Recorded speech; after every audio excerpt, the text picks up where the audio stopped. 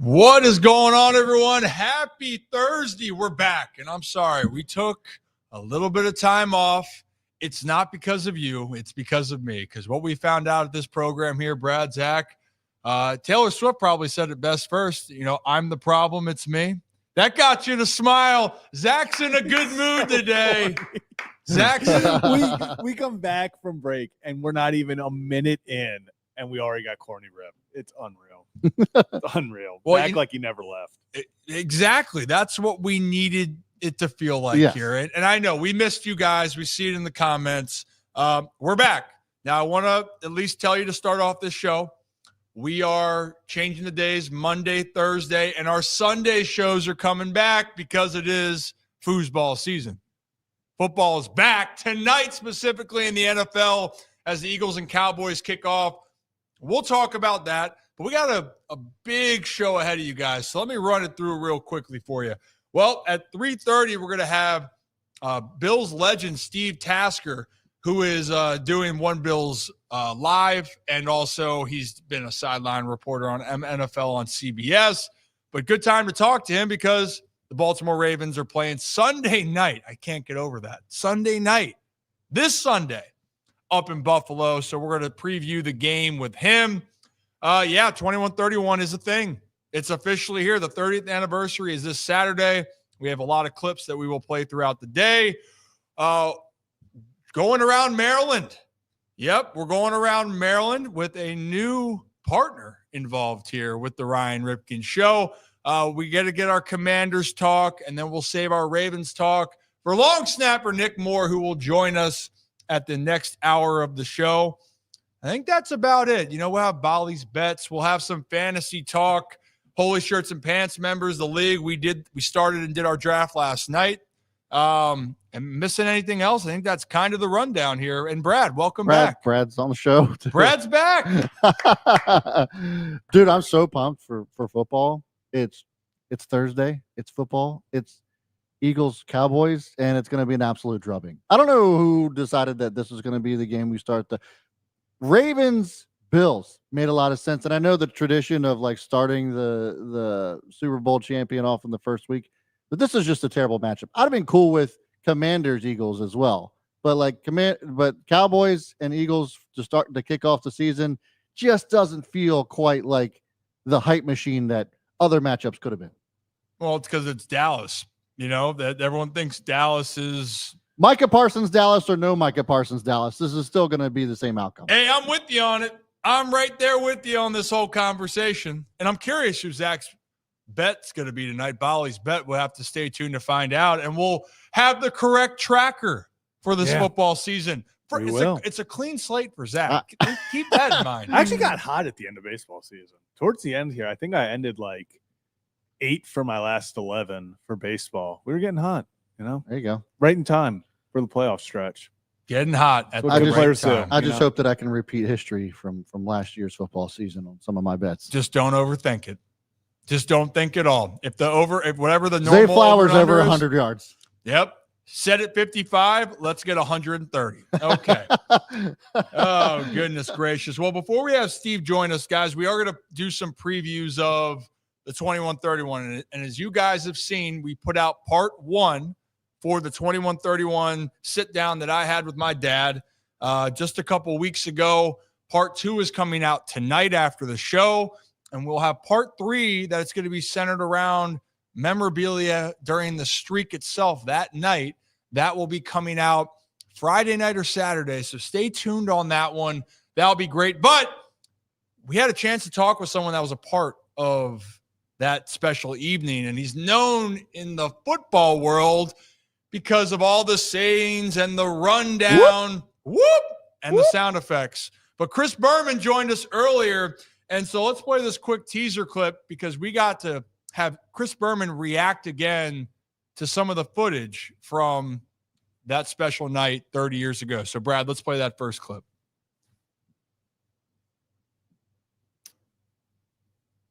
Maybe. It's playing.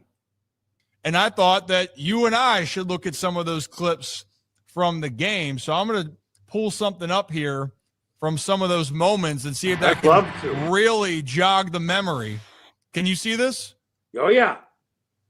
So this was one of the moments of my whole family. You with a full head of hair? Yeah.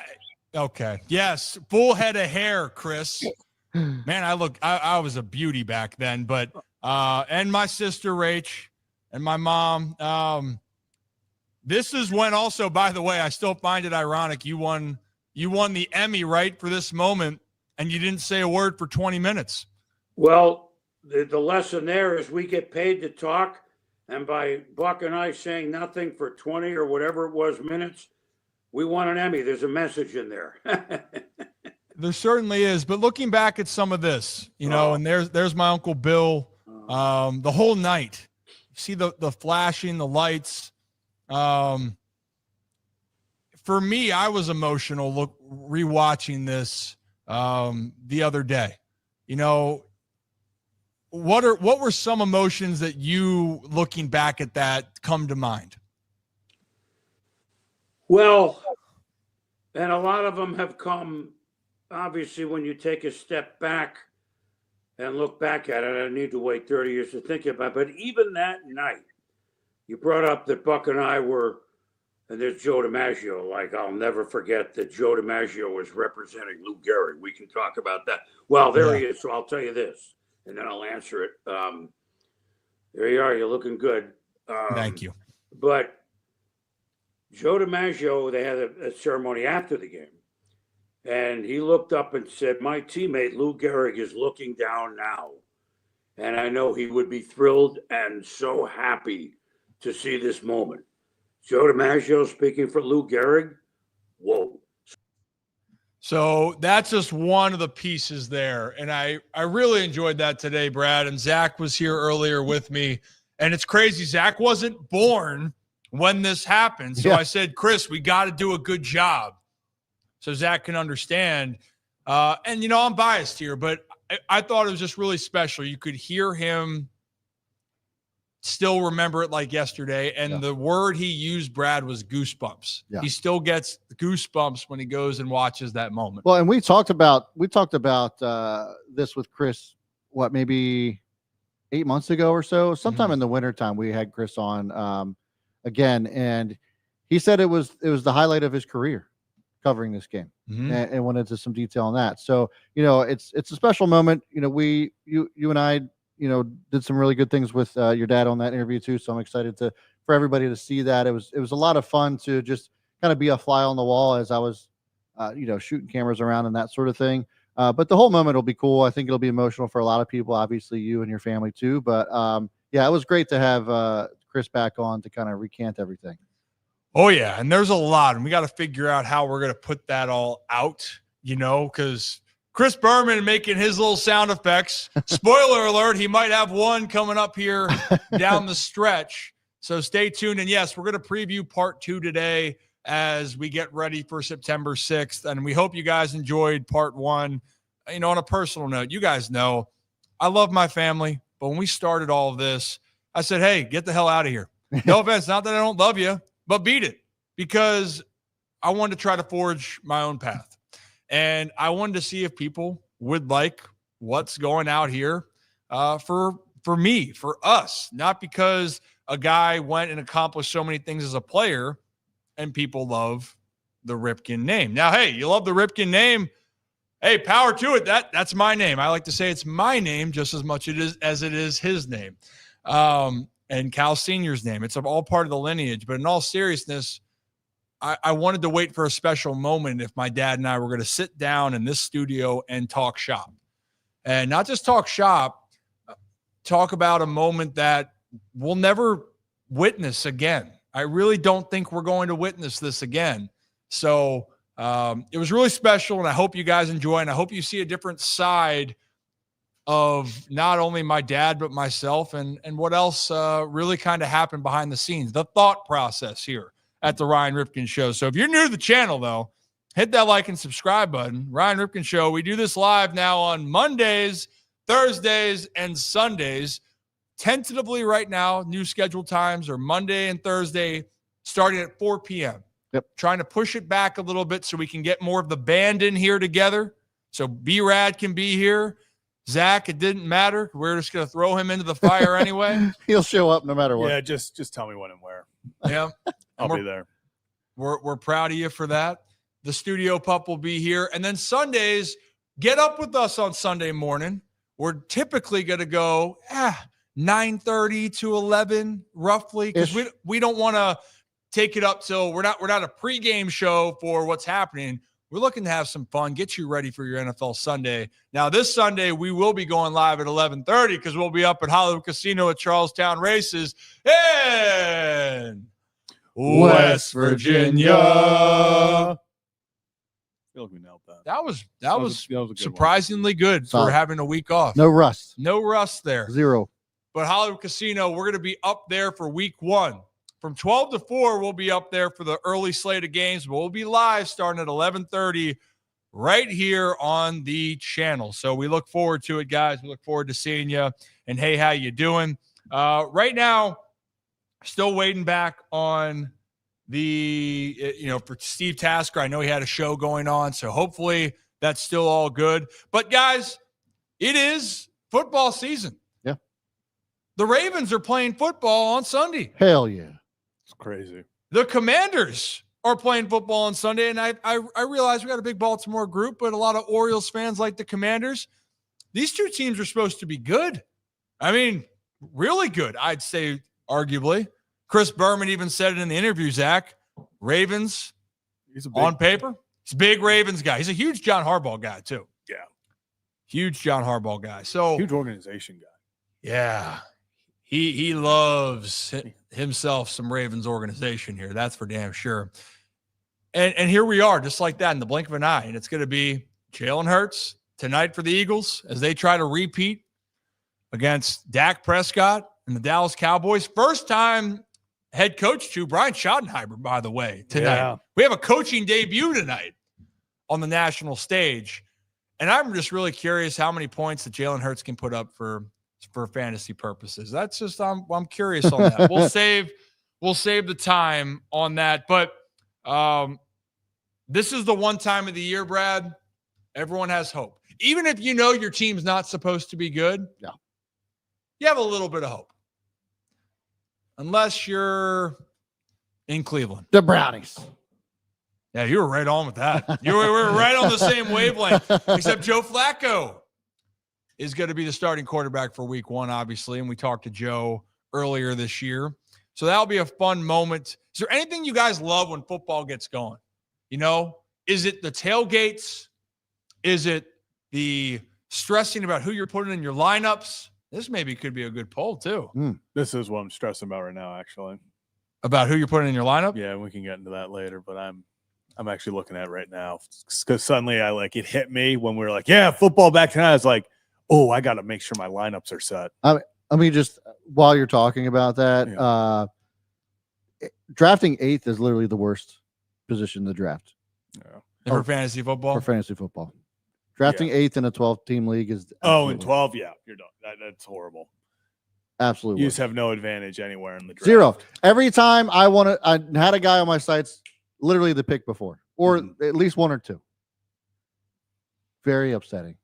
I hope nobody. You know what I'll do? I'll insult people from now on. Be like, you know what? I hope you draft 8th. That's what I'm going to do. You know, back in my league growing up, it's my longest lasting league from my buddies. Growing up, we've done it now for 15 years or so, I think, or whatever it is. And my one friend, Charles, who I think you guys have met, Charles. Yeah. I'll say him by name.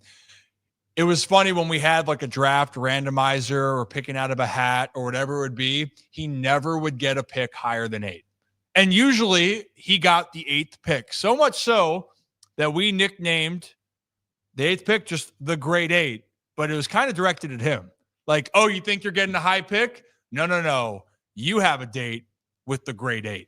Yeah. And it's stuck to this day. Now, I'll argue, though, I kind of don't mind the 8th pick. I really don't. How many team leagues? At a 12, I don't mind. It depends on the year. It really does. Like, are we going really into this? I'll take a 12th. I don't care if I would rather be last pick. I do not mind having the last pick. Yes. Back to back. Right. I actually hate having the first pick. Back to first pick is the worst pick you can have in the draft. Yeah. First pick sucks. Actually, first pick has the statistically the least amount of wins per year. People Really? have the first pick because think about it, you have to hit on your first pick because now you're not drafting until in a 12-team league. What 24 now? It's just that when you're drafting 8th or 9th, you don't draft a guy and then you're like, oh, I only have a couple more picks to go for my next guy that I have lined up, and it's like, oh no, they're gone because you're smack dab in the middle of every round. There's just no way you get out of that. Yeah. You're just in this purgatory. Mm-hmm.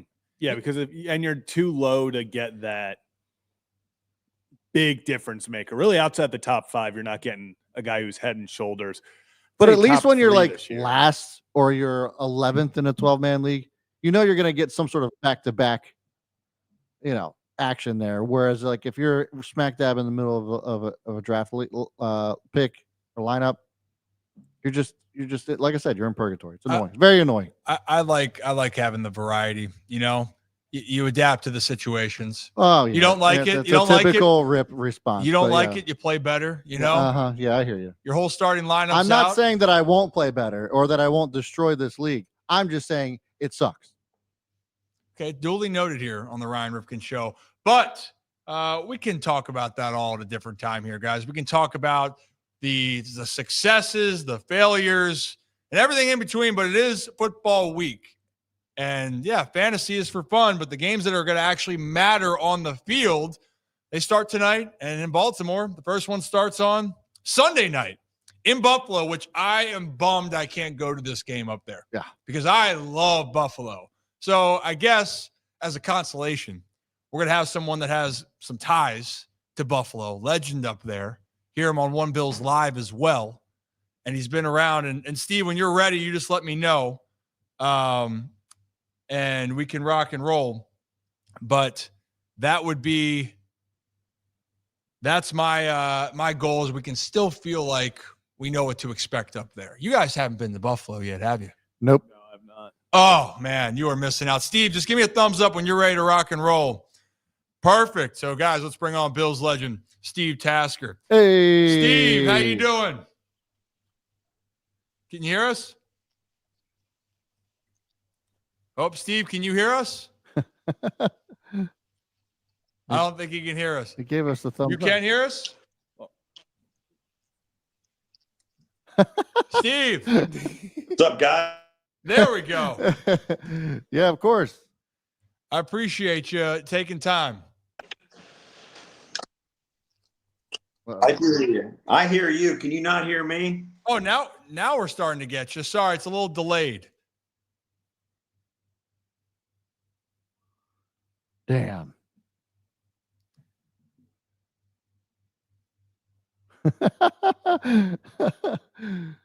I don't know if it's his internet or ours. Well, usually it's us. That's why. We're upgrading next week. We are upgrading next week. Finally. Officially upgrading next week. Let me see. I'm going to – Steve, if you can hear me. No. Steve, if you can, exit and come back in. We'll try that. Does that work? You can exit and come back in? Act like we never left. You know what? This is actually like we're back. This is back. back. It's actually like we're back. This is like we are finally back. It's like Joe, you know. I'm going to Steve, if you can hear me, try to leave and come back. Message him. I just send him a message and I'll text him so we can rock and roll. A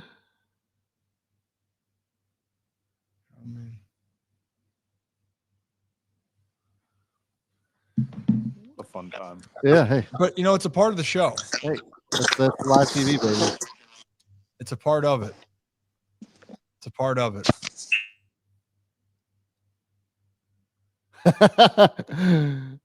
Here, I'm going to exit real quickly. It's absolutely. No, our internet's good, actually. Should I remove him, have him come back in? Yeah. That's what I was trying to recommend. Yeah. Poor Steve. I know. Hope he doesn't hate us for this. Our bad, Steve. You're not the first. We promise.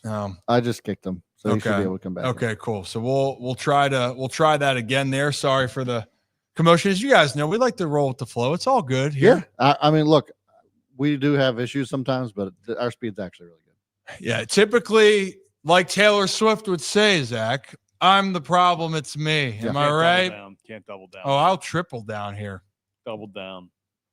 You know, I was having this conversation with somebody today about like, how music just isn't the same because, I was working out and our instructor was saying about how music isn't the same.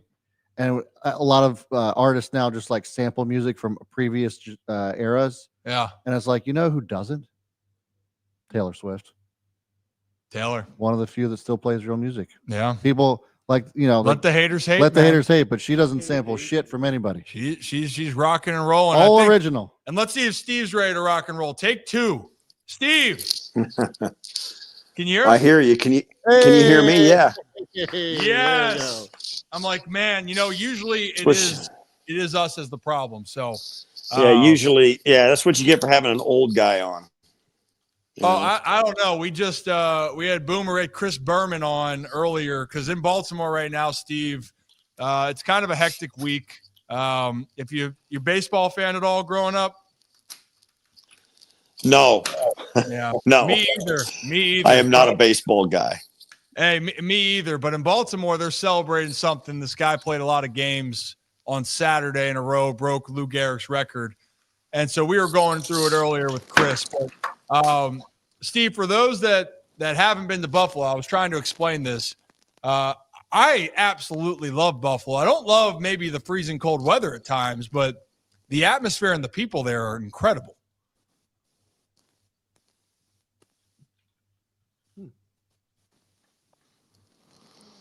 Yeah, it's a great town for watching games. It's the atmosphere is fantastic. They say it's a little bit like a college town. I get that. It's a small, big city. The fans like each other. They have a history. Most people in the stadium know probably 200 people in the stadium. So it's a family atmosphere. And if you're from Buffalo, wherever you go and wherever people have moved away from Buffalo, everybody moves away from Buffalo. Not too many people retire to Buffalo. So because of that, it's a different kind of atmosphere. You know what I mean? So, and it does.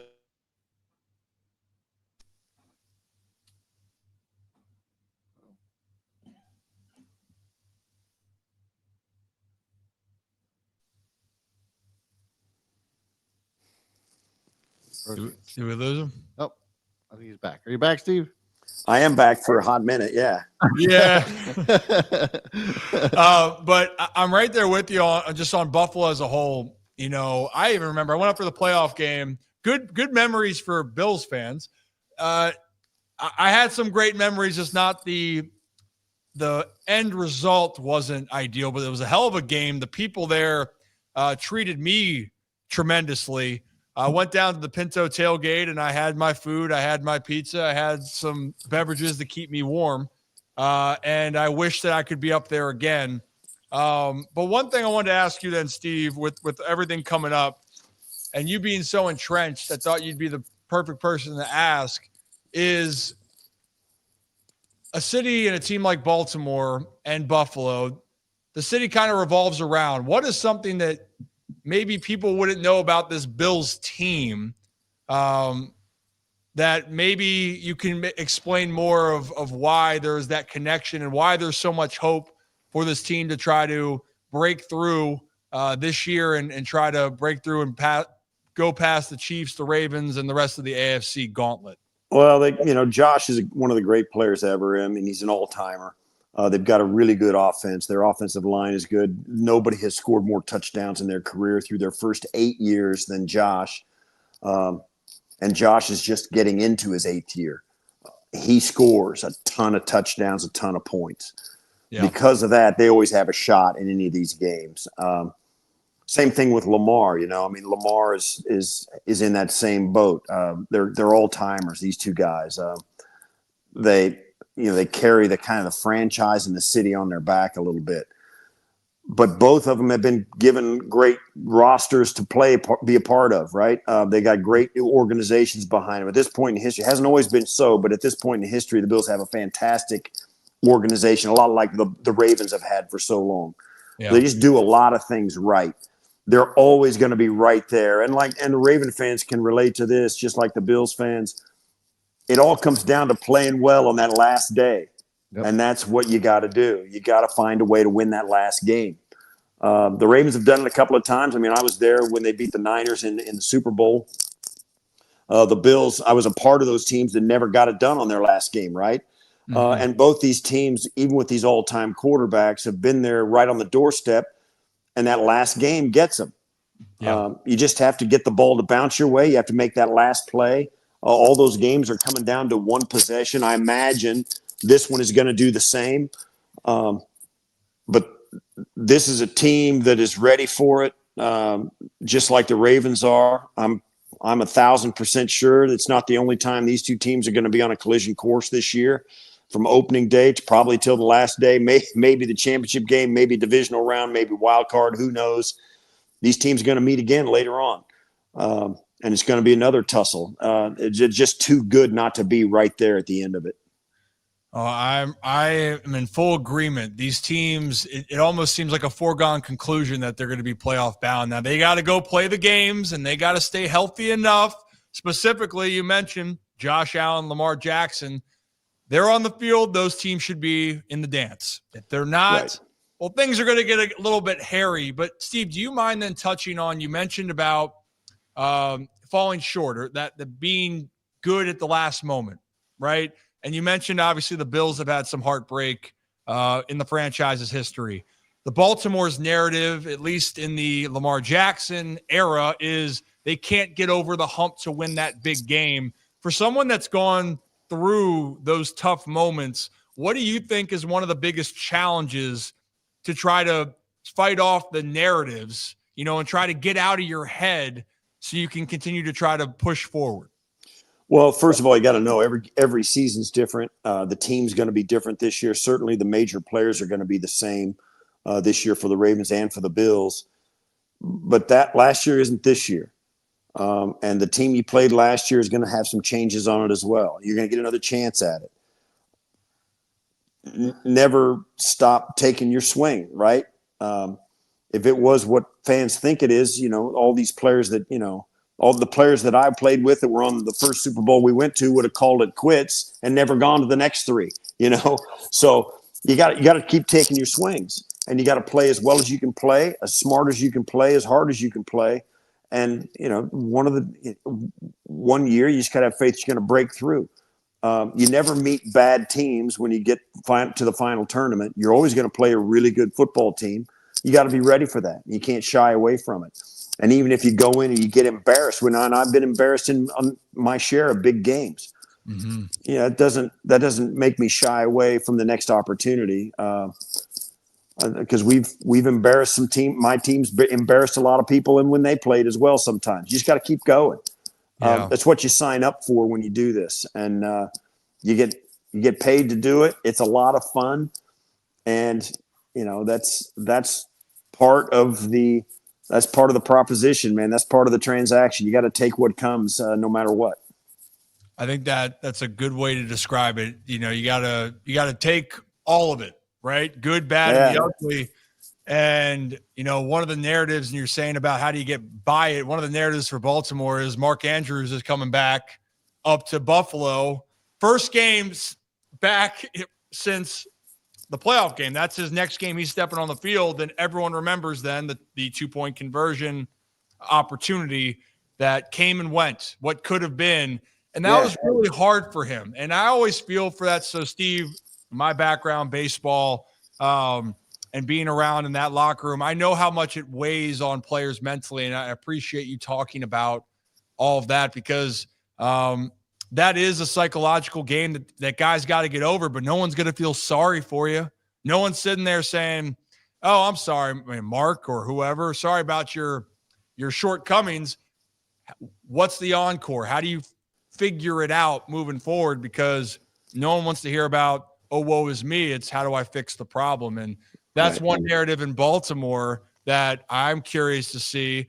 I'm curious on your side. Is there a storyline, a matchup, a player, or anything that you're excited about for this Sunday with these two teams? Oh, I know.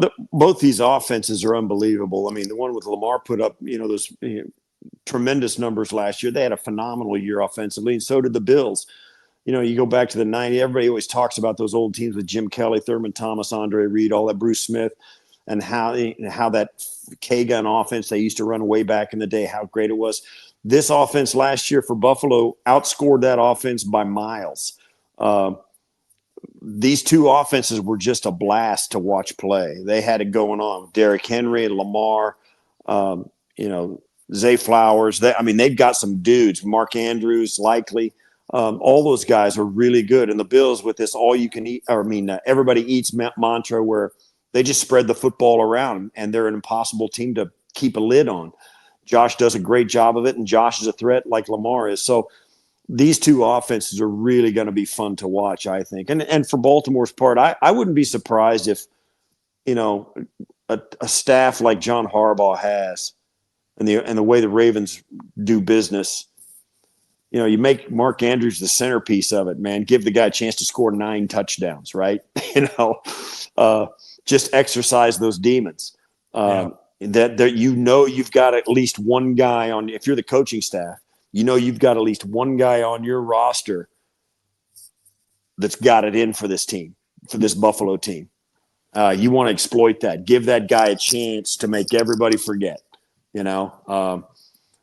That's what good teams do. And, so we'll see if that happens. But I'm really excited about both these teams coming in. The Ravens have a fantastic defense as well. The Bills have a ton of question marks, a lot of young guys on their defense.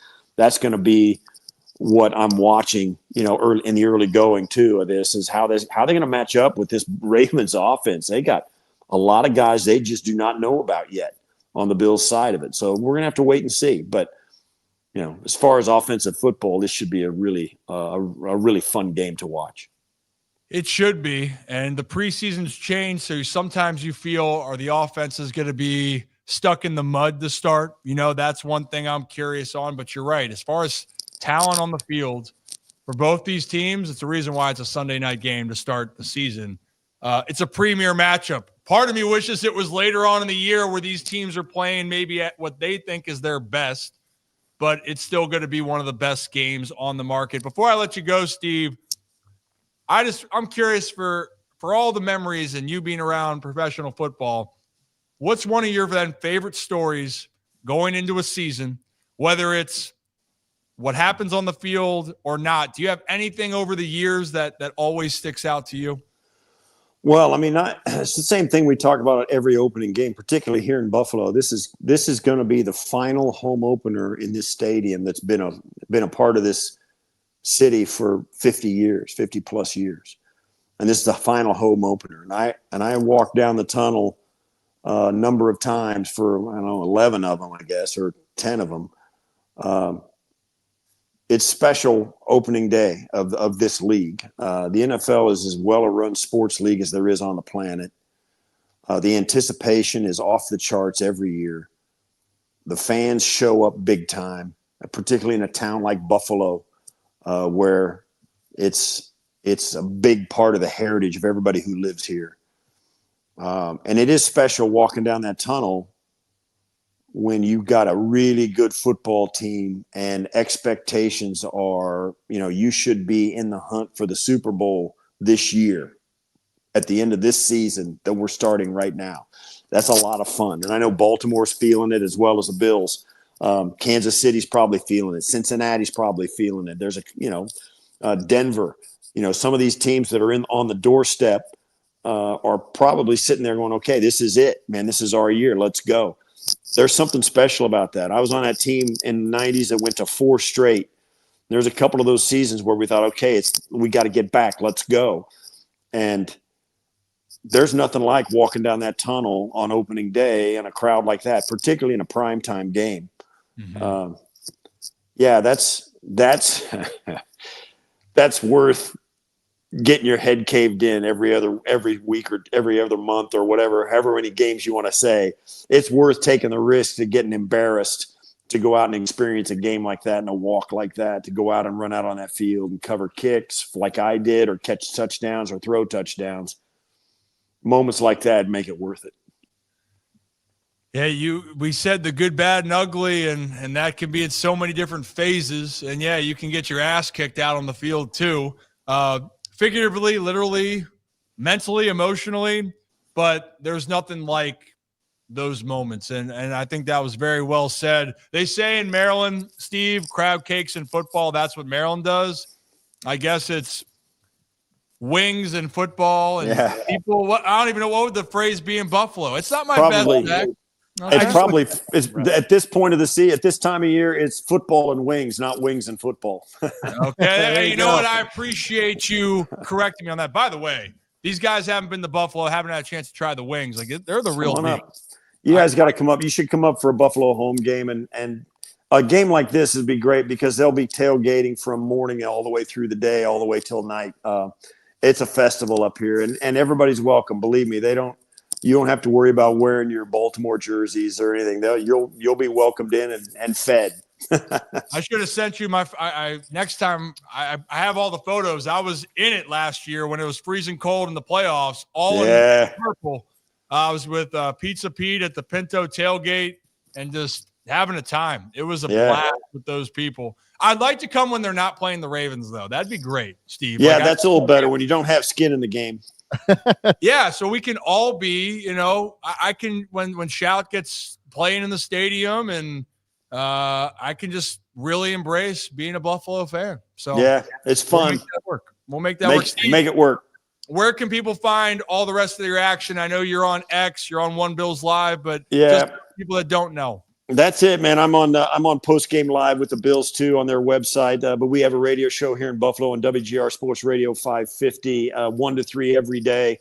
One Bills Live, and I'm on that Twitter handle, Steve Tasker 89.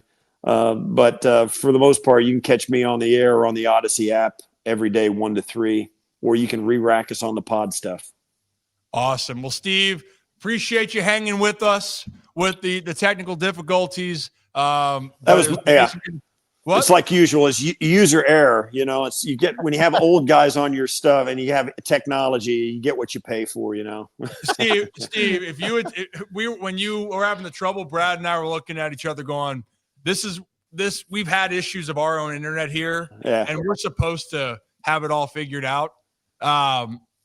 It's usually a me problem, Steve. Yeah. It's usually a me problem. But I get it. I have no problem pointing the finger at myself, guys. I appreciate it. Hey, have a great rest of your day. Enjoy opening week, and I look forward to talking to you down the road, okay? You guys too. I'll talk to you later. Thank you, Steve Tasker, everybody. That was great. I was getting fired up him talking about walking down the tunnel. Oh, yeah.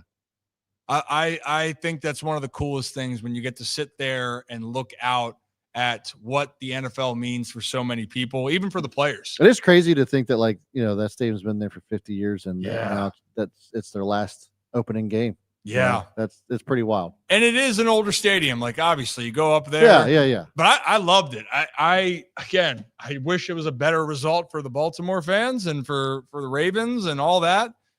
But damn, dude, they like to have a good time. Do you know, when you were up there, is the new stadium a welcomed thing up there, or are they kind of like? I think that they understand that things have to be better, but it's just right across the street. Well, sure. But, I think everyone, just like in Baltimore here, Memorial Stadium, for those that said, Memorial and the memories and what you built there, I think that's where it stands. Yeah. But is Camden Yards a better ballpark than Memorial Stadium? Hell yeah. Yes, it's the memories associated with it, I think, more than anything else. It's the same thing with old Yankee Stadium. People say, I like the old Yankee more than the new Yankee. Well, why? Well, if you're a Yankee fan, you won championships in the old stadium, and you had all those great playoff moments. But the new Yankee Stadium, that won. They got one. They got one, but it's a nice stadium. It's nice. Yeah. It's newer. Wait, that stadium was built before 2009? So 2008, I believe, was the final year Of the old stadium? Of the old stadium, because the All-Star game, Josh Hamilton home run Oh, derby was just playing pepper with, it felt like the outskirts of the stadium. I was there for that one. And 2009, they broke through to win the championship, which I believe was their first year in the new stadium. Okay. I believe. I mean, time just flies. I mean, it feels like it was 5 years ago that stadium was built. Yeah. it just feels like it was not that long ago. If you ask Zach, he probably was 9. Yeah. Long. You remember it like yesterday? Yeah, just like yesterday. Strolls, just taking strolls down there. You're a good kid. Oh, but you all are good kids. And if you're new to the channel, hit that like and subscribe button. Ryan Ripken Show. Do this live Monday, Thursday, and Sunday right here on YouTube, X, and Facebook. Steve Tasker with One Bills Live. He was great. Hell of a career as well for himself. All pro, by the way. And he, just like many others, are getting ready for that game on Sunday night. We'll dive into that more at the next 30 minutes or so when Mr. Nick Moore should be joining us to talk a little bit. Should be. It's a good point. Really hammer that part home. Hammer. Should be. Wow. Just the confidence level is not really there. Yeah, I've felt better about certain situations, but we're going to give it a go because you know what? We're going to have some faith. You know what? I mean, it's the wrong movie quote, but I was going to say, I have a ring. It says love does not qualify for this, but it's like, I was going to say, I have a ring and it says faith, but it really should be like in Ted Lasso. Have you guys seen Ted Lasso? Yes. No. What? Okay, Brad. So it's like, I feel like that shouldn't be. Point to the sun. It's not. I knew that. Believe. Yeah. In this case, Merritt. Live. Merritt. Shout out Merritt Clubs, by the way, guys. We have some shows coming up there. I don't know if you guys know. You guys haven't because I haven't told you that. I just talked to them. They are offering 30 days for free. Nothing. They're like, hey, you want to try it for a month? Go ahead. Come on out. Free. Did I say it was free, Zach? You can get your squat thrusts in. Free. Free. Free. 30 days free. How do you spell free? Free. You spell it MERRITT. There it is. See right there. Write that down, Zach.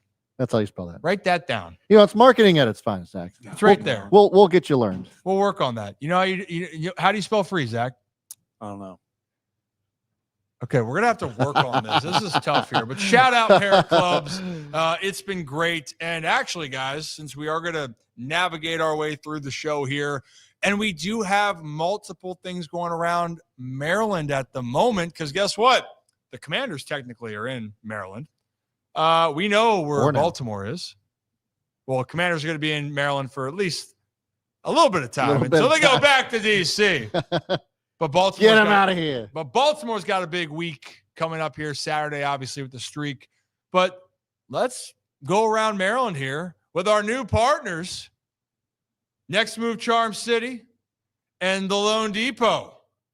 Can we pop it up? Oh, hey. Zach, look at that, buddy.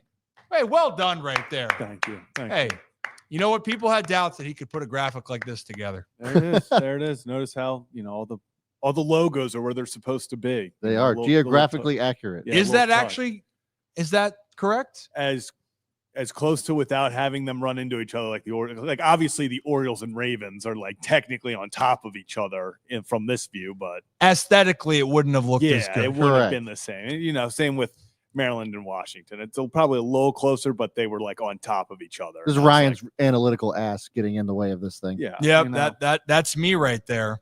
But as we're going around Maryland here, thank you again. It's brought to you by our friends over at Next Move Charm City and the Belanger team at Loan Depot. Guys, we already talked a second ago about Baltimore. The Ravens, Sunday night, 8:20, Buffalo. Be there. I know everyone's stoked for that game. On the other side for the Orioles, it hasn't been their year. They are coming off beating one of the best teams in all baseball, sweeping one of the best teams in all baseball, Zach. The Fighting Gavin Sheetses. And by the way, Gavin had a moment last night. Gavin had a moment last night. Did you ever ask him about that? Yeah, I texted him right after. I said, did it hit the ground? And he goes, No, unfortunately, it didn't. And I go, really generous of you to let the birds sweep you guys. That's good for the morale here. I just want to know what he was when he was pointing to the ball. I was like, what is he pointing at right now? Is he trying to make up? Is he rubbing some dirt on the ball and be like, no, it's right there? You see? No, Gilman kids, you can't trust him. that's foul. That's foul. You know, Brett Hollander's a Gilman guy as well. Yeah. Yes. You can't trust him? There's Can't also trust him. felons that are Yeah. Gilman alums as well. Yeah. You know. We're really going down that path right Listen, now. you opened the door. I just walked through it. That's what happened. By the way, did you see that? Like, there's like some craziness going on with like Sheen using his head Yeah. as like a model for her Mhm. clothing. That Yeah. was wild. I did not. Yeah. Yeah, I did not. that's this whole lawsuit. It's Well, that's just great. That is not a part of Gilman's finest. Right there. Not a part of Gilman's finest. But what it has been a fine moment in Baltimore in baseball history. The Orioles and the streak. September 6th, your boy is throwing out the first pitch. I got to be honest. I have not loosened up. I was gonna ask, like, if you had practiced any. No. Okay. No. Buck Britton told me I needed to get the throwing program going. I'm going, Buck. Don't worry. I was always good at accuracy. Now, velo was never my strong suit because the scaps weren't very good. Elbow was a problem, but I could. Well, I mean, Calvin's not going to be catching Are we the putting 90 mile an spin? hour ball anyway. Oh, yeah, he is. What? We going Oh, spin. should I throw a cutter? Just put a little extra on it, you know. Cutter? Should I work on a sweeper? I haven't thrown a sweeper technically. You think Calvin's catching heat from you on Saturday? Get Mickey on the phone. Let's get a knuckleball going. Oh, Mickey We J. should, yes. That'd be phenomenal. I would welcome that. But in fairness to Calvin, I probably should just try to give him one right down the middle, Yeah. right at his head. Are you standing on the rubber or are you standing at the bottom of the So, like, here's the thing. I would love to go from the back of the mound, like on the mound. Yeah. I also do understand that, it could mess up the mound. And am I wearing nice shoes? I might have to be dressed up a little bit. Who's here. starting Saturday? Oh, my goodness. If it's Dean, if it's Dean, go then mess screw them it. up. I was Yeah. gonna Go say, mess them out. Dean's going to give up the first inning jack anyway. So Yeah, you it's not might- like Dean's great in the first inning anyway, so something's got to change. Where is that? Do we have the probables? Dean will appreciate that. I clip, got though. here. Where is? Oh, it's Rogers. See, No, you know what? I don't Can't want to mess with him. I'm Don't not mess going with near him the when mound he's got going. Don't mess with what he. whatever you want, Mr. Rogers. I'll do it. You want me to go run the other way? I'll do it. I'll do it. Goodness gracious. So yeah, that might answer my question. I don't want to mess anything up there. I have that superstition. Yeah, hey, I do. I got you. Apparently they're gonna have my dad go around Yes. in a car. I said, dude, you can't walk anymore. You can't do that. And they said it's kind of a liability. They Bill, should have gotten him one of those scooters that people go around Baltimore on, the little birds, lime scooters. Just Calvin on a scooter I don't would know. have been electric. I don't know if that would have been good for the program. You want to talk about liability? Yeah, he already had one. He already had some issues on vehicles with some wheels. His bike back in 2015. I think I told you guys that story. Yeah. On the 20th anniversary of the streak, that day he flipped over the handlebars and tore his rotator cuff. What an idiot! Like it's unbelievable. But yes, we don't want any of that. We want him to be. In all honesty, it is a great moment for him and for the family. Like, I do mean it, guys. The family, it hits home because there was so much impact all around. I mean, heck, we got we still got this nice photo going way back in the day, right? So I mean, it's pretty crystal clear there, Brad. So we're good. But I mean, it's just obviously the star of the photo is me. And it's probably one of the cutest 2-year-olds you've ever seen, Zach, right? full head of hair, as Chris pointed out. Okay. It's not about the hair right now. It's just about the cuteness. Or people were just asking. And my sister, my mom, my dad, obviously, he's there. He was there. He was there for 2,100. He was there a lot, actually. They gave him an He- award. They he was- recognized him for always being there, actually. Yeah, so that will be special. And actually, one other moment then from all this, I have the clip then of there was a special home run that night. And actually, I got it downloaded here. And we wanted Chris to react to it. So why not show that home run real quickly of Chris Berman talking about, Junior went deep on 21, 29, 30, and 31. And I'll fast forward a little bit here because, Calvin works himself into a 3-0 count here. And the funny thing is he doesn't feel very confident swinging at 3-0 pitches. But sure enough, when it's your night, it you stay calm, you stay aggressive, and then something magical can happen, So is this it right here? Ripped to left. Oh my goodness, he's done it again. Well, my voice cracked like it should have. Voice cracked like it should have. He's a good kid. I was cracking up behind the scenes when he said so nonchalantly. He's like, well, yeah, that happened. Okay. So no one better. Yeah. No one better. Whoop. Whoop. Back. And that was the rumbling, stumbling. Everyone remembers him as a football guy, but the baseball roots, he was a part of that, which was cool. There was no home run derby without Chris Berman. No, really changed the game with that. Really changed the game with that. So that was fantastic. I got to pull up the map real quickly. Where am I missing here for a second? All right, there we go. We're back. So, Zach, Maryland. That's where we need to go with the next stop real quickly. The Terps, I feel like they're off to a good start. And I don't want to take anything. Hey, we love TU. Go Tigers up here, right? As Coach O would say with Towson. Go Tigers. But where the most issues are, or the most expectations and pressure is going to be down at College Park. Why? They haven't really taken that step in the Big Ten. Great first week, though, Zach. Yeah. Talk about what we have this first week. Grandma's free. Malik Washington, 258, 3 touchdowns in the blowout versus FAU. The true freshman was everything. I mean, that fans had hoped for, coming from Spalding, a local kid, kind of got the pressure put on him of he is the savior of the football program. And I mean, he did everything he could in week 1 to prove the people right so far. But there is a massive game actually tomorrow at 7:30 at the Shell in College Park, Northern Illinois versus Maryland. That place, the Shell, is, I don't know if you guys saw, the Maryland had a pretty big showing this past weekend. So keep the fans coming. I think that this Maryland team has an opportunity. Obviously, Northern Illinois tomorrow. Then you have Towson at Maryland next week, which is always a fun game, even though we kind of know the outcome going in. We know the outcome going into it.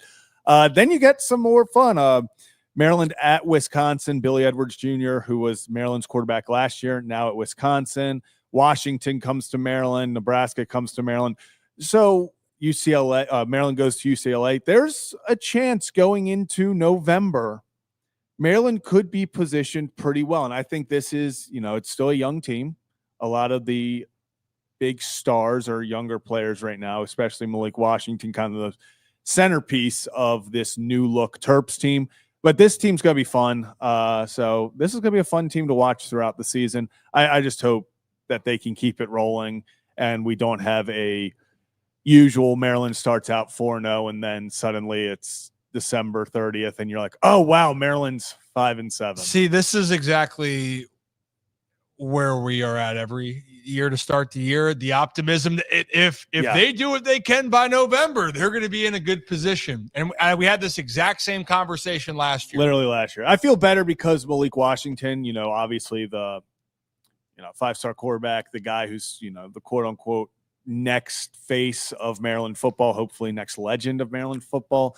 So I think you're excited there because it's kind of like if he's doing this as a true freshman, what's he going to do in the years to come? So yes, temper expectations, but if you want a fun football team, I mean, Maryland games are fun. It might not be fun for Maryland fans when, the other team's scoring a lot, but usually there are a lot of points. So support the team. Support the team. Go Terps. Pack the shell. Is that what it's called? Pack the shell? That's what I've actually received a few messages about pack the shell. So I kind of like that. Yeah. No, we can discuss that later on here for the show. But go Terps. Want to see them do well. Go Tigers up here. And a lot of good things ahead. Before we get into the Commanders, because we have a little Commanders Corner segment here. Shell out? A shell out? Oh, goodness. Oh. And you think I'm corny, bro. A shell out? I mean, it's. Or Zach, Oh my you God. said I was corny. Yeah, I said you were corny. And So that what hit you the with a hell is shell that? out. Yeah. Shell out's good, though. That, you got to give me that. That just off the dome. We got a shell out. Shell out crowd. Yeah, shell out crowd. Shell out. Shell out. Shell. Class. Shell. Well, guys, to wrap up our Around Maryland segment, just so you guys know, welcome with open arms our new partner, Next Move Charm City, and the Belanger team at Loan Depot, which I saw saying, do we get codes for Loan Depot? We're working on it. We're working on what all the things that we can have. But for Next Move Charm City, if you're a sports fan and you're ready to make your next big move, whether you're buying, selling, or chasing that dream home. Zach, did you like that? No? That was good. Well, Britt Ritchie and Shannon Toback are your MVPs. How about that? You like that? Tough critic over there. This is my first time hearing that this. They bring championship level strategy and hustle to every deal. Is it in wherever caps, life takes or you? Are you making that call? Wherever life takes you, city, suburbs, or shore. Don't just make a move, make the right move with Next Move. There you go. Charm City. Love that. You love that? Well done, sir. Thank you. I'm here all week, just Mondays, Thursdays, and Sundays right here on the Ryan Ripken Show. I kind of like that. I like that. It was an good. experience for everyone. It was. That's for sure. We experienced that. Yeah. You're a good kid. I try. And yes, Brooks, the Brett Ritchie. The Brett Ritchie. He's a good kid. And we got a lot of things planned for them. Maybe we'll have some things over in Fed Hill at the end of the month. Hey, now. We got so much cool stuff happening for football season. People don't even know. Yep. And we also, Brad, at some point, we got to address talking about how we're going to remodify the memberships to really give the best tonight experience. That's Yes. something we're doing tonight. But I also meant that we're going to articulate that to everybody. Correct. Hey, whammy, we're going to make this even better because now we actually have we had the foundation, but now we're like have the tracks.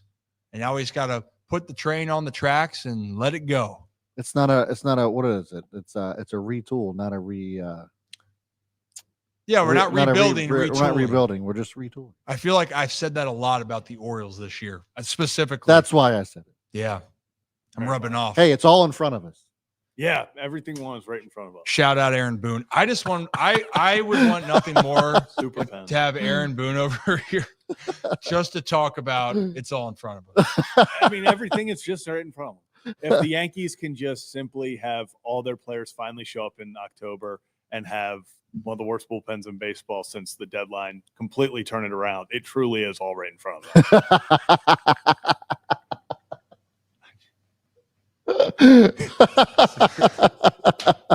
You can't take that. You can take the hate out of the Yankees, but you can't take the hate out of the kid. Good kid there, Zach. Whammy. Well, before we have Nick Moore join us here, quick Commanders Corner. We can keep it kind of brief because there isn't a ton to talk about with the Commanders. But let's pull that up real quickly, Zach.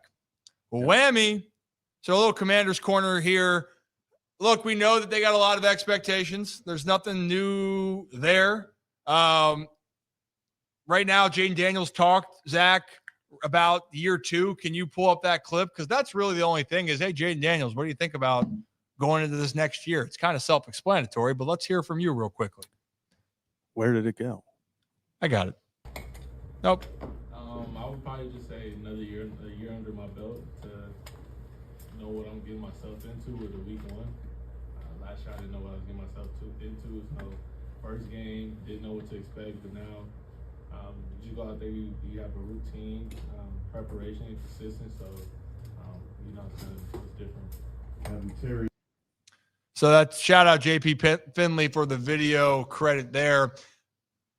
Yeah, I try to do more in year 2, learn more in year 2. That's essentially it here, right? That's all we're rocking with. I mean, I think it's just a comfort thing mostly. It's, and you think about last year, I mean, you could even kind of tell in the Ravens game when they played early on, it was a different Jaden Daniels early on versus later on when you could see he finally, I don't want to say got his swagger because, he always played with that early on against the Bengals last year, on what was that Monday night game? Like week that was 3, yeah. Yeah, that was kind of like a big win for them. And then obviously he played very well against Baltimore. But then towards the end, it felt like, against the Lions, stuff like that. There was just this, hey, I'm here, I'm doing this. So I do think I'm looking for Jaden Daniel I think they're going to have a good year. I'm excited for him. I think he's going to have, I don't know if he'll have that, feared sophomore slump. Maybe they take a little bit of a step back because of how great last year was, but as a team meaning, but overall, I'm excited for Jaden Daniel. That's what I was actually thinking. Yeah. So I think that there will be a little bit more of a sophomore slump. I think about CJ Stroud and just how crazy he was his first season. I think that there is going to be a little bit more of a regression with Jaden, especially because there is no run game, in my opinion. And we talked to this graphic, Bill or Eckler. Like, are you kidding me? These are the guys that you have to choose from. Bill. My thing is I don't. They're not going to be able to do a whole lot if they don't have a solid run game. As we all know, you need to have a good balance of both to be effective. Jaden Daniels can't do it all on his own.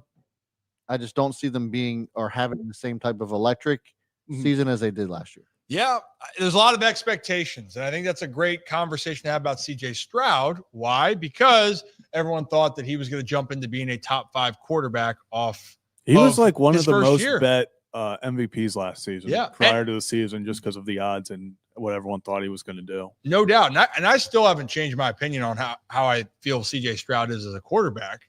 It's just it goes to show you that we can all be prisoners of the moment. And right now, the Commanders. What's the next step besides going to the conference championship game is going to the Super Bowl. Right. Philly is going to be tough once again. The Giants, I think, are actually going to be scrappy. They might find ways to lose, but they got some players there, especially on the defensive side and offensively. Malik Neighbors, Tyrone Tracy. See what's going to happen with Cam Scatteraboo and Jackson Dart. Probably will get a chance later on this year. Like they got some fun pieces, revamp their line. And then, by the way, like the NFC is tough. The NFL is tough, period. So I'm on the record here. I think Austin Eckler is going to be the guy this year. I know they love Bill, but give me the vet to still be one of the big focal points. Well, he will. In the it's just game. How effective he will be. I think Bill will get a lot of early down, but Austin Eckler is going to be that dude just making – he's going to be that Swiss Army knife. He's the pass catcher for sure. Yeah, buddy. And then, I mean, if we're going to do predictions, I don't know if their record's going to be any better than it was last year. Do we have an agreement with that? You think they're going to be better? I think they go. No, I think they regress. I think they go like 10-7. So they don't win the division, though. We're all part of that. They don't win a division, and I would be surprised if they made the playoffs, to be quite frank.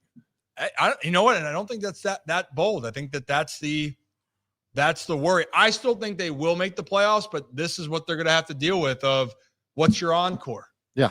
I wouldn't count them out. And I know this is but I wouldn't count them out of winning the division solely because no team has won the NFC East in back-to-back years in 20 years. So unless that is, I think very much the Eagles should be the team to walk away with that division, but we want to talk about weird divisions where weird things happen. That is I'm not even counting the Giants out at this point because that division decides every year. They just pick out of a hat. They're like, it's your year. Hey, go get them. Don't let Russ cook to start off this year is all we're saying. Is that what we're saying? Is that what we're saying? We're high knee into the Meadowlands, baby. Are you feeling dangerous? Dangerous? What was that? The Subway commercial about?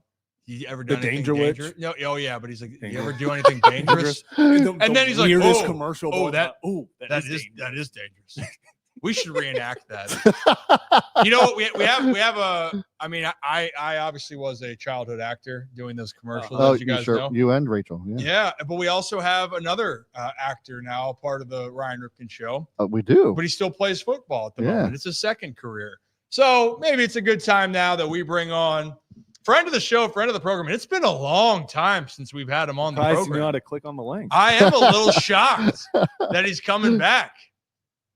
A little shocked. And if you didn't know he played from the Ravens, you'll find out by the sweatshirt he's wearing. But let's bring on Lawn Snapper, Nick Moore. Nick. Gentlemen, how's it going? Hey, welcome back, bud. Well, thanks for having me. Appreciate the invite. The invite's always been there, Nick. I know. I'm just kidding. Okay, don't get your feelings hurt. All right. Oh gosh. Well, you know what? We're not in football season enough yet. Okay, Nick, we're not in football season enough. We can hold our breath on the SEC. Texas is the number one team. Talk for a little bit, right? Just kidding. Marshall had their way. Couldn't even cover Marshall. 39 and a half. Couldn't even shut it out. 39 and a half. All right. We stopped the count after Marshall scored. So 7-0 to end it. It really could have gone out the way. I think it could have too. And it was a close game at kickoff. Yeah. Hey, Nick. And then the whistle blew, and then the game got started. It wasn't close. I'll have you know, it was looking back. It was bold to win the toss, ask to receive, and then go 3 and out in Georgia. Hey, it would have been closer if Mike Green was on that team. Let's put it that way. Bro, neither him nor Ali would take a friendly T-shirt wager on that game. Yeah, and I was giving him 39 and a half. You would be wearing Marshall stuff right now. I know, but nobody wanted to take it because they knew what they were walking into. Hey, out of curiosity, Nick, how is morale though for the team? Because there are some Bama representatives in that locker room. There's a few. I'll tell you what. You think that I'm anti-Georgia or I'm not a fan of the SEC, which is all egregious. All I just said is they're not as strong as they used to be. And the one team in my power ranking is Georgia. The team that I trust the most in the SEC is the Bulldogs. I've said that from the beginning. Yeah. I got little faith in Alabama. Oh yeah, me too. I don't know what the real Crimson Tide are anymore, man. I don't know. That was this going to impact Sunday's game? No, but them boys were quiet now. Didn't hear a whole lot of chirping out of Marlo and Derek. They were pretty quiet. Gosh. I will say this though, man. Look, SEC did not have a good showing, but we still got 10 of the top 25. So we're still doing all right now. It's only week 1, all right? Oh man. Okay. Let's just make it a 2014 playoff so we can just automatically put the whole SEC in because the conference is better than every other team. Now, I will say this. I had this conversation with one of my good buddies. He's a big, huge Miami fan. He's been with the Canes. He's from Miami. This is the most balanced college football I think we've seen in a long time. Mm-hmm. And honestly, dude, I'm here for it. Like, I told my buddy, like, football was great when Miami was great, and I hope that they're good. I thought they played well against Notre Dame, and it's just fun to kind of banter, but it makes it more fun when like everyone's competitive. When you got teams from the Big 10 and the Big 12 and the SEC and the ACC, like when they're all competing, like it makes it more fun than like when Georgia, Alabama, LSU, and Florida win 18 straight national championships or something crazy. Well, I mean, it's also you love those stories of like, a guy like Carson Beck, leaving more of a toxic place in Georgia and getting his fresh start at a top end program like Miami.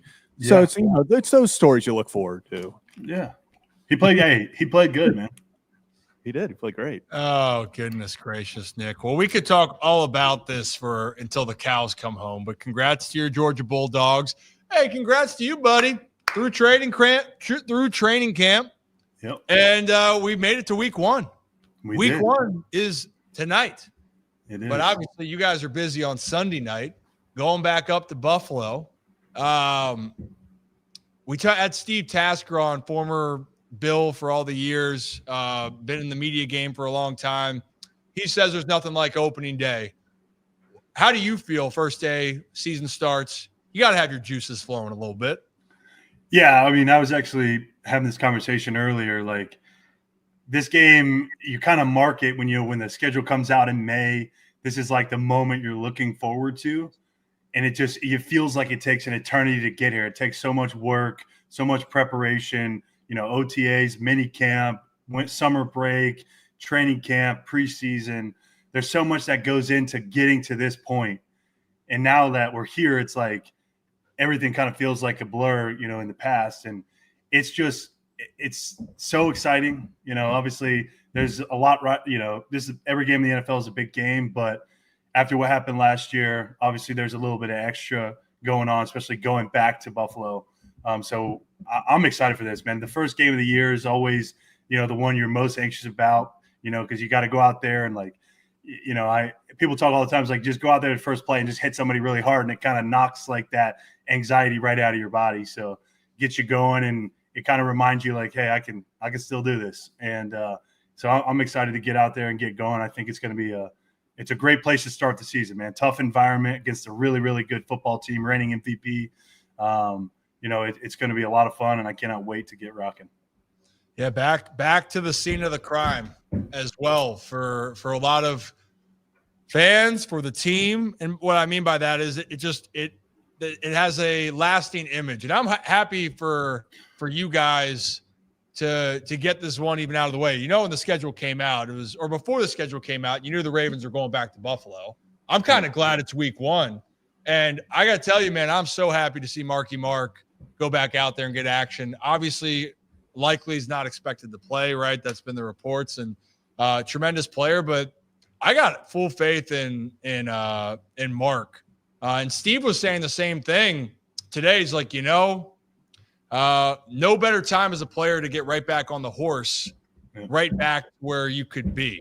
And everything you said about Mark, man, like it looks like he's ready to remind people that he's still one of the best in the game.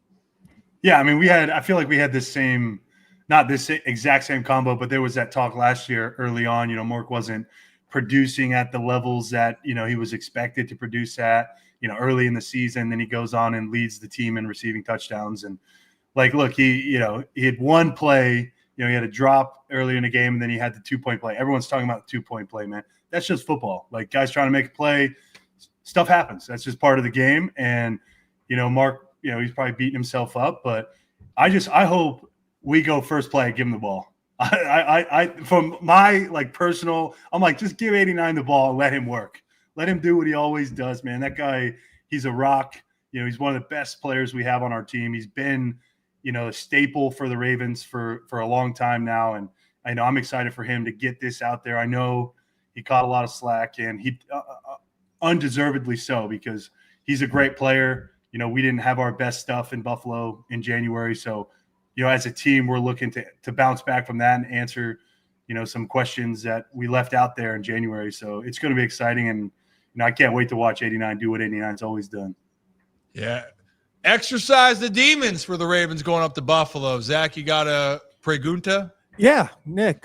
So obviously we talked about it being week one, getting back out there. Well, it's also the first week that the Ravens will have a new kicker with Tyler Loop, obviously making the team, winning the job.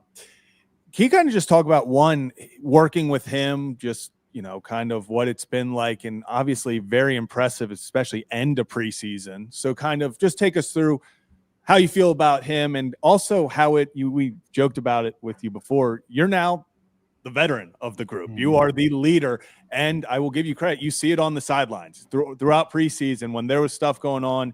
You were there making sure that you, Tyler, and Jordan were on the same page. So what's that been like as well as you enter this season?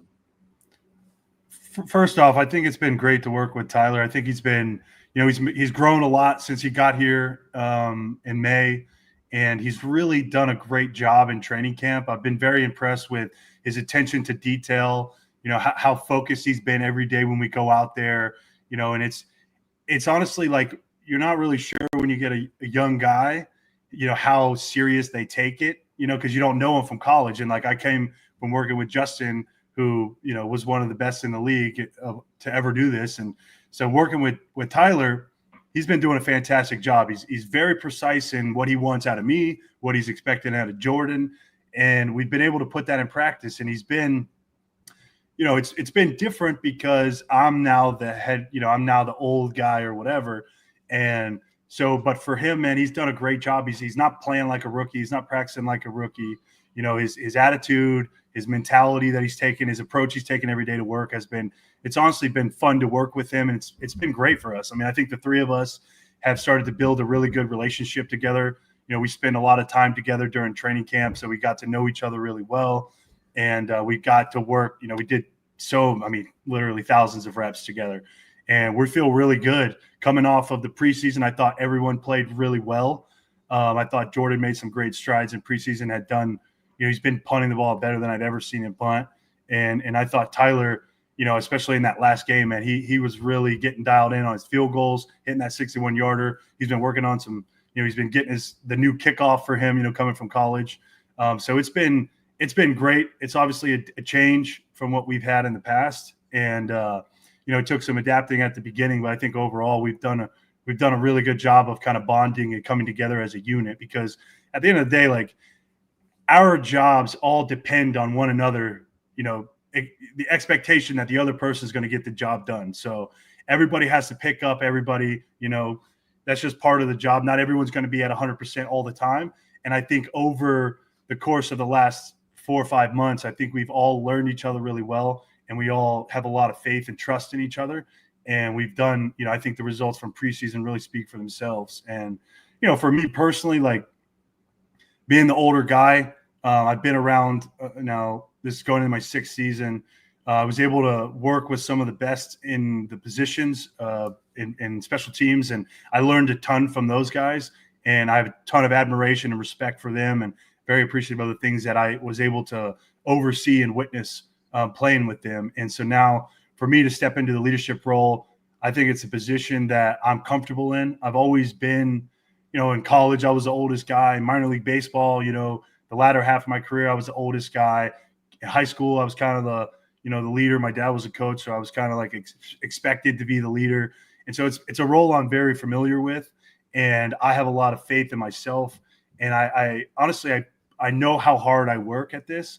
And so I have a lot of trust in me, and I also have a ton of trust in my teammates to pick me up when things aren't going well. So I'm excited for this opportunity to be the leader and be able to kind of be the guy that they lean on and kind of that steady rock, because there's going to be times during the season, you know, we're probably going to get some on Sunday night. Like, the NFL is hard. Like you said, you know, right before I came on, those guys get paid a lot of money, and everybody is the best at their position. And so it's a very challenging thing. So, you know, for me, I've been able to be in a lot of tough situations and got to experience a lot of football in my short tenure. So I'm just hoping that they can use me as a resource to lean on them during the game when, you know, it's a situation that they haven't been in yet, at least at this level. And so I take a lot of pride in this, and I'm very honored that you know, the guys look to me as kind of the leader in this position. Yeah, Tyler can hammer the ball too. Yeah. Oh my God, he's got a cannon, dude. That guy can hammer the football. He's got a boot, and I'm glad you mentioned anything that goes wrong, because you're right. Who am I blaming? I'm blaming you. In the heart. Let's be honest. Yes, Most of the time when things don't go well, it's my fault. And, you know, I like that. Like, I think good. It's about time you took accountability. It took 6 years in the league. No, that's not true at all. That is not true. Justin was always the guy, and he took the blame, even though he didn't deserve it all the time. And so my job now is to take that off of them, because at the end of the day, it starts with a snap. So, you know, if I don't do my job and it makes their job more difficult, obviously it's harder for them to do what they're supposed to do. Yeah, that's what I said. It's all on you. You know, exactly. I'll take it. Good. Good. Right. It's about time. It's about time, Nick. Damn, it's Agreed. about time you came back on the show too. Damn. I know, dude. I'm glad you guys started talking about real sports. You played baseball, you idiot. Baseball's wrong. First off, Nick, you know what? Welcome back. Because now he's like, oh, he's making some comments. And then when you poke Nick, then that Nick comes back where it's like he's there. Yeah, dude, you can't have it both ways. You can't go, oh, I played baseball too, and then be like, oh, that game doesn't mean anything. Yeah. I only try to do it professionally. Yeah. I was built to play what I do now, to do what I do now. So Hey, that's you why know I'm what? here.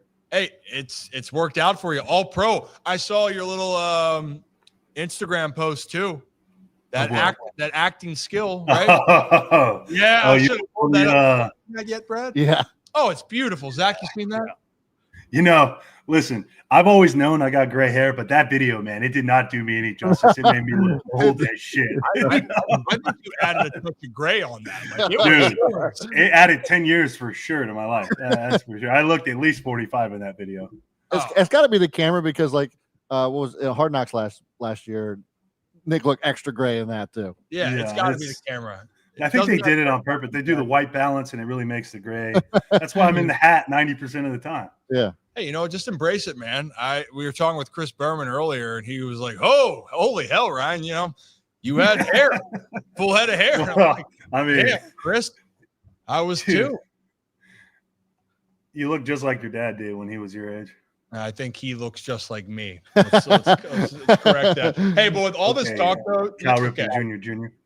No, Nick, this is the Ryan Ripken Show. Okay, it's not the Nick Moore Show. Welcome back. All right, welcome back. Rip's throwing out the first pitch on Saturday. You won't be there. I heard. You're gonna bump what? 70 poo?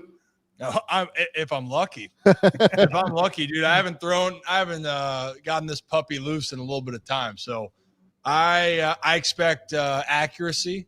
But we just talked about Trevor Rogers on the mound. I don't know if I want to mess with the mound. No. But you know what? I'm not worried about it. The expectations, I can handle the expectations, Nick.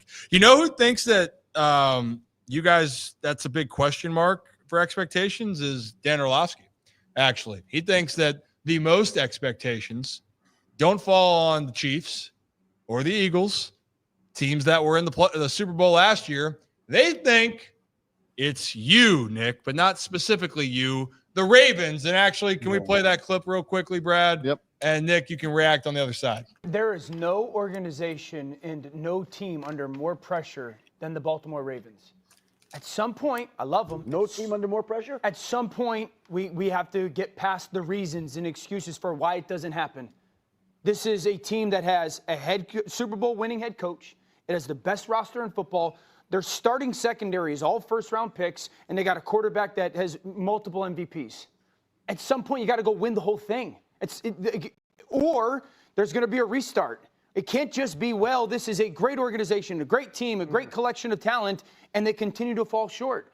And they know it in their own words. They say they continue to fall short in the playoffs. And when it matters the most, they, for some reason, don't play up to their standards. And I understand it's week one. I agree with Will. Like, this game is massive for Baltimore. It is. I'm not going to the extreme of, like, if you lose, your season's over. But there's no team under more pressure than this team to finally go get it done, because how many times do organizations have this type of setup and just don't win the trophy? It doesn't happen often in the league. So I apologize on Dan's behalf. He said all pro quarterback and first round picks. He meant to say all pro long snapper. We'll get that corrected in there. And why he would make a mistake there. It's okay. Honestly. It happens. But in this case, it's not any secret, right, that the expectations for the team is to get to the Super Bowl and that the team hasn't gone back since 2012. They've been close. You guys have been on the doorstep, but something along the way hasn't gone right. In your opinion, after hearing all that, how do you feel about dealing with, in this case, the most pressure in the NFL? Nobody has higher expectations for the Baltimore Ravens than we do. I think, what he did there was state the obvious. We have an unbelievable roster top to bottom. We have the best player in the National Football League. We have arguably the best secondary in the National Football League. We have one of the best, if not the best, running back. I mean, you could go down the list of all the guys that we have on our team, and I get it. We know that we haven't played to our standard in the playoffs over the last, at least since I've been here.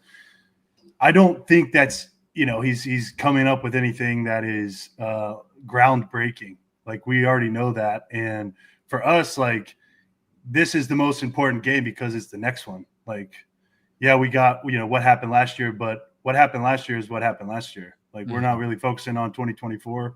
We're moving on to 2025, and we're trying to be the best team that we can be. And all the stuff that they want to talk about, outside of here, it's not really important. What matters is the 53 guys, the 16 practice squad guys, the however many coaches we have. Don't know the exact number, but it only matters what we think and what we do on Sundays. And I think for us, our mantra has been this year, we want to start fast, and we started 0-2 last year, and I think for us to get out on the right foot against one of the best opponents we're going to face, I think it's going to be huge for us. So it's a great test to our character as a team, where we're at as a team, and our resiliency for dealing with a lot of stuff that it is what it is. It comes with the territory, and people tend to put bullseyes on the top. So we're just going to continue to do what we've always done and play Ravens football and go out there and dominate. I think that's the right answer. You guys can't look ahead. You got to focus on Buffalo. Now we can look ahead because we know what's happening. And the start of the season, the start of the season is it's going to be a challenge. There's some tough matchups, and every matchup in the NFL is tough, by the way. But you mentioned last year, you climbed out of an 0-2 hole. Whammy. Played well down the stretch. Only lost 3 games going into the playoffs after starting 0-2 when you think about that, right? So you were 11-3 in the last 14 games. But you got to start with 1, and it's going back to the place where your season ended in 2024. And winning's really hard, Nick. I think that's a part of it. Like, I hate the notion of everything you guys have done has been a failure. You're failing to reach your goal. But to win and show up, a lot of teams have had the aspirations to keep going, but they've fallen completely out of contention. You guys are always there. And it seems like John Harbaugh and DaCosta and even, you, Lamar, it's focused on winning this moment, right? Is that a fair way to say it? We're winning right now. We'll worry about tomorrow because we can't worry about tomorrow if we don't take care of today. Exactly. That's exactly how we feel, and that's exactly what we're focusing on. Hell yeah, brother. Yeah. Well, I'm excited, man. I'm excited. I'm really excited to have you back on, rocking and rolling more. We want to try to have you on Monday and Thursday, depending on the schedule. Maybe we'll have our own version of Nick at Night, by the way, guys. Hey, now. Rip After Dark and Nick at Night. God, we gotta get that copyright from Nickelodeon. Yeah, we'll steal it.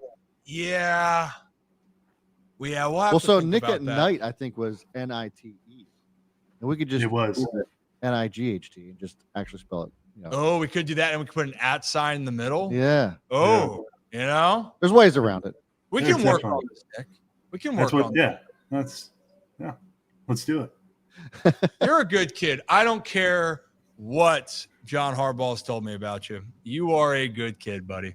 All right. Hey, John's been great to me this year. He hasn't commented on my body one time. I'm kidding. Take that out. Delete it.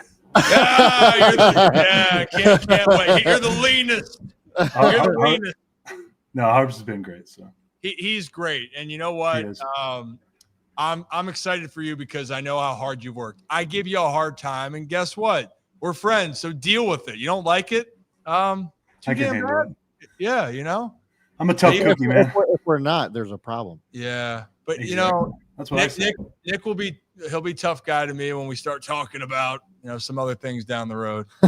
About Georgia dominating. I think that they're going to be good. I told you. Are you ever going to root for your Gamecocks, man? They got a good football team. You know what? They have a good team. They do have a good team. Lenore Sellers is a good football player, bro. He's a baller.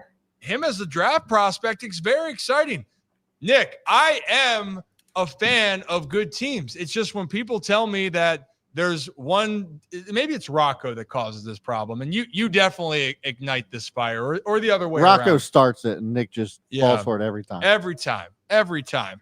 He knows how to get me going. Sellers is a prime player that I'm excited to watch this year. And I hope the Gamecocks can get back to that relevancy. When I was there for that year down there, That was fun. It's Connor Shaw, Marshawn Lattimore got hurt again down there. That was talking about a moment in a city, but Marshawn was unbelievable. Jadeveon Clowney was there. They were some beasts. So I hope, man, I'd love to see the Gamecocks do well, you know? They will. And for your sake, and one of my except for when they play Georgia. Sure. So I can't root for the Gamecocks then?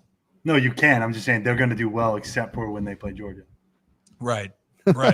Okay. Well, Nick, I appreciate you. Hey, we're doing good on time today. You can get on out of here because of our timeline, but you guys heard it here. Brad. Yep. Zach. Nick says he's going to come on Thursdays. And Mondays. And Mondays. And maybe a little bit of Nick at night. We'll see. It. He's a lot good of kid. things on the horizon. Yeah, Nick's ready to break down some plays. He's mad that Will Clark. I overtook cannot him wait for that. Highlight of our seasons last year was when Nick was making. It's going to be great. We're going to have a lot of special teams to talk about. A lot of kickoff returns this year, baby. Going to be a lot of ball being played. And we'll see if there's any holding penalties on 46. You know, hey, I'm going to do my best. Playing Dallas this year, so I'm going to do my best. Okay. Hey, you know what? Be good, be healthy. I'll text you later on, Nick. But appreciate you. All right, man. Thank you, guys. See you, Nick. Nick, boy, everybody, get him out of here. But it's great to have Nick back, man. It really is. He's a good kid. I'm excited for him. Yeah. It should be a great season for the Ravens and for football fans. It all starts now. Starts tonight. And I know we got a little bit thrown off with time trying to have the technical difficulties with Steve Tasker. Appreciate Steve. Appreciate Nick Moore joining us. Appreciate all of you. And if you're new to the channel, hit that like and subscribe button. Ryan Ripken Show. Do this live on Mondays, Thursdays, and Sundays, where we will be up at our good old friends at Hollywood Casino at Charlestown Races in West Virginia. Really good, guys. So we will be up there on Sunday.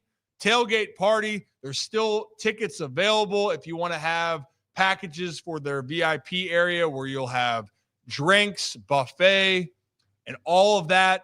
Chris Cooley, Jamal Lewis will be there. We will be there. And if you're there with us, it's a good chance you might be on the show with us, one. And number two, well, you might be taking a celebratory Ryan Ripken Show tequila shot. So whether you like that or not, that's the rules up there. And stuff in our faces with wings. That is going to happen. The wings at that place is absolutely ridiculous. It's super good. You like good wings, you best be coming to Charlestown. It's great. Such good wings. Such good wings. Incredible wings. A lot of foosball, too. A lot of activities. Yes. There's going to be so much stimulation kicking off at 1 p.m. We'll be live at 11:30 there. But because we're talking about Hollywood Casino at Charlestown Races, Zach, it's a good time before we wrap up here. We got a couple things. We're actually going to run this another 14 minutes. I'm getting out of here because I got to, we got business to take care of. Yes. Because I want to get to the Pat McAfee clip too. Okay. But Zach, we got our bet of the day. We have our Bolly's bet of the day. And we got graphics. We're back. Football's back. And for the first time, everyone and their mother is talking about CeeDee Lamb, CeeDee Lamb, CeeDee Lamb. For the first time, we get to root for this guy and not feel gross about it. Tonight's bet. George Pickens over 55.5 yards. There we go. Oh, Bolly's bet. I love George. I've also seen his longest reception being over 22.5. Love that. I just think, one, Philly's secondary isn't, the guys are banged up. I don't think it's this great, insane secondary like it was towards the end of last season. Guys have left. Guys are banged up. So we'll see what happens. I saw Jory Jackson is starting as cornerback number 2. I just think George Pickens, everyone's going to be looking at CeeDee. It's all eyes are going to be on CeeDee. And I think this is a big opportunity, his first game with the Cowboys, for George Pickens to go out there and have himself a nice little game. So big play threat over the top. You just really need 2-3 catches from George. He's a guy where he's gonna get his. Hey, you know what? He could, with all the attention, he could get his. And this is a big year for George Pickens as well, right? Yeah. He's trying to prove that the talent is not just the talent that you see, it shows up on the field and in the stat sheets. because George Pickens is a tremendously talented player. So that'll be fun to watch. That's the first bet. We'll get our bets in, our best bets when it comes to Sunday. And Rick, I see, what's the date that you'll be at Hollywood Casino one more time for the one time? Sunday, September 7th, week 1, we're going to be up there. Sunday. 12 to 4. Sunday. Hey, it's on Sunday, guys. It's on Sunday, September 7th. Sunday. And while we're on that subject then, since we're talking a little bit, you know what? Do we want to save the boom bust for fantasy for the last thing and talk about Pat? Yeah. Because this involves our Sundays, and it's been a big part of our Sundays. Yeah. This what's spicy conversation here. And if we have that graphic real quickly. Yep. It's you got red zone commercials. Micah Parsons trade, we're going to take out of that. NFL returns. Yes, we already talked about that. The red zone commercials. And we're not talking about, red zone commercials after regularly televised, what you're watching on CBS or Fox. Yeah, commercials are going to happen after a team scores. We're talking about Scott Hansen and NFL Red Zone, which the announcement on Pat McAfee the other day was it's no longer 8 hours of commercial-free football. That's what it used to be. Yeah. It was 8 hours, I believe it was. Or 7. 7 hours. 7. I messed up there. 7 hours of commercial-free football is no more. Scott Hansen went on the Pat McAfee show and talked about that, and then Pat even took it to why this would be the case. But I think the message is missed, and I'll explain why when we react to it. So let's play that. You go to the bathroom now. If there is like a little... No bathroom. You still stand in solidarity. Married to it. Yeah, I respect 17 years? Yes. But I don't think anybody's upset about the commercials. I mean, it's an easy thing to kind of tweet about and post about, but I don't think anybody's turning it off because of commercials, and the NFL knows that. Yes. And it's like, we can certainly.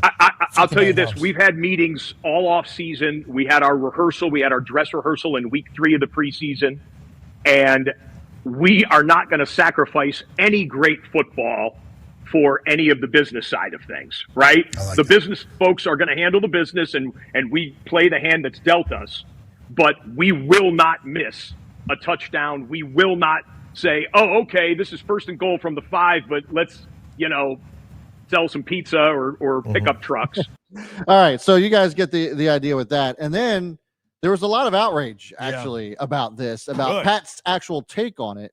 And then Pat decided to double down on it today on the show as well. So take a listen here. A Red Zone channel started running this, which is run by the NFL, by the way. I was called an ESPN and a Disney shill for saying we don't care about the commercials being added. What I don't think I said properly was, obviously it's not as good if we're adding commercials. Whenever it was just pure with no commercials and we had paid for an upgrade of a product so we don't have to see commercials, that was better. But as soon as they started seeing a little bit of money from those LRAPs, I think all of us that have seen or been around the NFL for a long time just assumed that the commercials would be on the way. I was called an ESPN and a Disney shill for saying that. Look at this tweet. I mean, look at this tweet. They say, I miss you. I miss when you weren't paid by ESPN to lie, says Kenny with a middle finger to me, okay, with a middle finger. There was thousands of those calling me an ESPN and Disney don't even have Red Zone channel next year. I think it's 2 years they might not even have it. So ESPN and Disney aren't even involved with the Red Zone channel at this exact moment with this commercial being added. It would actually, I think, be Google and YouTube TV. So unless Disney called Google and YouTube TV and say, hey, can you guys add some commercials so that when we get it in a couple of years, when our show, this show right here, might not even be with ESPN and Disney whenever the time comes for Red Zone to be with ESPN and Disney. So that would be like Google would be the one making that decision if you thought it was the advertiser or the networks that were making the decision. The Red Zone's an NFL operated thing. The NFL is the one deciding who's doing it. They were just licensing the content that's coming through. So I was attacked a lot of different ways. I'm out of touch, okay, because I say I don't care about it. It's like what I meant to say is we'll still watch. Sure. Because we will. Yeah. Mm-hmm. Don't get it twisted. So I understand Pat's reasoning there of saying people love football. If you still love football, there's still going to be a large amount of people that watch it. That's still points heard. Like the point is well respected and understood in my opinion. But here's where I think the point that I want to get across is missing is what was NFL Red Zone created to be initially? it actually wasn't created as the commercial-free spot. It was where you could go and watch football, multiple games of football in one location. And then Scott Hansen added his essence with it over the years, where everyone then embodied 7 hours of commercial-free football. And that was this oasis where people could go and watch these games in this one spot. And it made it unique. It made it special. And now what's happening is the one thing that fans loved and gravitated to in a world now where you have to pay for subscriptions on Netflix, Everything. and Peacock, and even now YouTube TV if you want Sunday Ticket. There is some paid wall that you have to go through. The one thing that was so special because it was unique is no longer unique. It is now being branded to there. And yeah, I get it. I understand the business. They're going to make money off of it, and they will. Pat's right. People are still going to buy. Yeah. But that's why I think people, to me, are more upset. It's more than that. They're paying $15. Here's my take on it too. Pat has been known for kind of being the man of the people, and whether or not that he's it's accurate to call him an ESPN shill. The rub from fans still remains the same, is that like he didn't really communicate to the audience, his audience, that really takes pride in kind of being the blue collar for the people, not going to be speaking for the suits, so to speak. Yeah. And he didn't really come to their defense. And so that's where I think the rub is for a lot of audience members. It's like, come on, man, like you're the guy that sticks up for us, and here you are not doing that. So like that's where I think, in my opinion, where the biggest rub for a lot of fans was. Yeah, and I mean, Ryan, I get what you're saying with like it didn't start off as the big selling point was commercial-free football. Why do Ravens fans get so frustrated with the Ravens in the playoffs? Because they stop doing what made them successful. Yeah.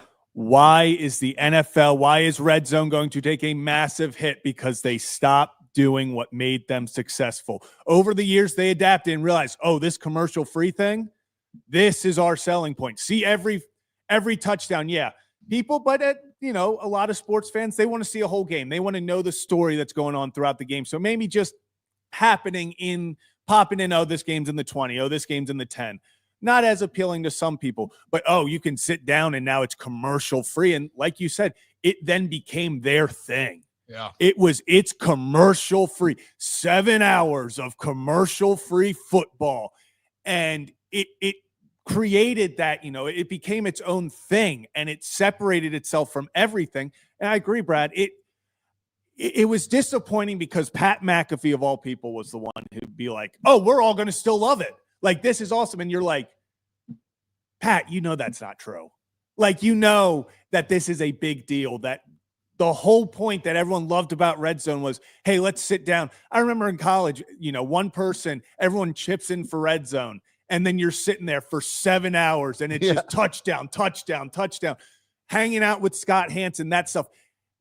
And now it's like, commercial-free football then suddenly goes to every few, and we're going to see how they do it. Are we going to have sort of what they did last year, where it was just we still saw football on the screen, but they pop up and add like it'll that? It'll be like a NASCAR race where the race is still going on, but the audio's out, and then a commercial comes on. You'll hear that commercial as they're still playing through whatever it is it's playing. Yeah, it's just, I think that's what it's going to be like. But to your point, like, it just takes away from the experience. It does, and I agree wholeheartedly, Brad. It sucked because Pat McAfee has been such a speaker for the people, of like being a guy who isn't afraid to on ESPN be like, "Hey, this sucks." Yeah, like we all love that about this. And I know some people are like, "Oh, Scott Hansen is out." Scott Hansen had nothing to do with this. I'm sure. It sucks when the guys that you kind of feel like have made themselves that we're going to stick up for all of you. Yeah. And then they're like, hey, we all love this. Actually, it's not going to stop us. Right, guys? Yeah. Like we're all still buying this. That sucks because it's like, it's impacting the product. Correct. Yeah. The thing I'll at least say, again, in Pat's defense, I don't think that he was trying to say, hey, everyone loves it, but it's just the wording of saying people are still going to buy it, which is true, but to the conversation piece, it's because of who Pat is. And that's the part that I understand what you guys are saying. On my side, I still think it's one of the things, as much as as football has evolved, and with fantasy football to international games to the experience to have more fan-friendly opportunities. This was that last piece when you look at everything that was still the same until it's not. Of all the products now that the NFL possesses, every network has some sort of paid programming going through now. Yep. Every single one. And I know you have to pay for the subscription for Red Zone, but when the other ones you pay for Netflix, okay, you would go and watch the game then if it's on Christmas. Or, hey, it's on Peacock, you would pay for Peacock. Or, in this case, when it was baseball season, some people would pay for Apple TV to watch baseball. So you pay it, and that's what you're dealing with. Red Zone was the one thing you paid for, and it became a part of everyone's Sunday ritual that we're going to sit here and enjoy it. And it made it special because of the way it was designed. And when you take that away, that feeling goes away. That's what I'm looking at right now, is that Red Zone will still be cool, but because of how everything's going, Red Zone no longer is that 7 hours of commercial-free football where your group and your friends and family are sitting down enjoying. It's now just another element of the NFL that you have an option to watch. Yeah, in 20 years, I'm going to sit down talking about 7 hours of commercial-free football. And there's going to be there's going to be some kids going, "What? 7 hours of commercial-free football? What are you even? That's unheard of. You would never in a million years see 7 hours without a commercial." And I'm going to start tearing up, and I'm going to be like, "Sit down, because we got to talk about something." Back in my day, what we had, Dad. What was that like? Yeah, son, you don't want to know about. The special. He was special. What was Scott Hansen like in his prime? He was special. No bathroom breaks, just touchdowns. Just touchdowns. Well, hey, I know we're wrapping up here quickly, but I wanted to get his take on the week one starting off here. He's a wild Kevin oyster striker, I think, is in the back. Locked on Kevin, locked on squad, locked on Ravens. Is he back there still? Is he hiding? There he is. I didn't go anywhere. Well, I know. I'm just saying this is. Hey, everyone's welcoming back to football season, Kev. You are off and running. Yeah, I know. I caught the end of Nick's interview as I was driving back, and got me fired up, man. I'll tell you. Fired up. I want to kind of piggyback off the Red Zone thing. Not only were there no bathroom breaks, that man Scott Hansen was doing that through like alarms. Remember that? Was that last year? Yep. Or 2 years ago? Last year, where the whole of the alarms are going off in the building, and he was like still champing it out. Like we're never going to see another Scott Hansen. There is one, and that's it. And that was part of the unique experience. Fire alarms going off. Well, we're still live. We're still going. No, there's no such thing as a commercial break. But I digress, Kev. Should be a lot of fun. I know you can't join us Sunday up at Hollywood Casino, right, Kev? But we're working out the times to have the Wild Kevin, Oyster Striker, Automata P. What was the other names that staff? I still have the list somewhere. Hey, Kev, what times are we going to be able to have you on Mondays and Thursdays to bop around? Well, the show is so today it was, I guess, a weirder show time. This is not the set. This is not the set. Because your boy's got to go do business. Yeah. You were giving Nick a tough time for everything always being his fault. Are we sure it's not you? Oh, damn. It's a good time. You know what, Kevin? When was the last time you were actually on this show? You know what? Cut the camera. Cut the camera. Yeah, he's out of here. Get him out. Cut the camera. You know what? He's done. Kevin just comes on. What a zinger. And I'm like, hey, Kev, good to see you. And then bam.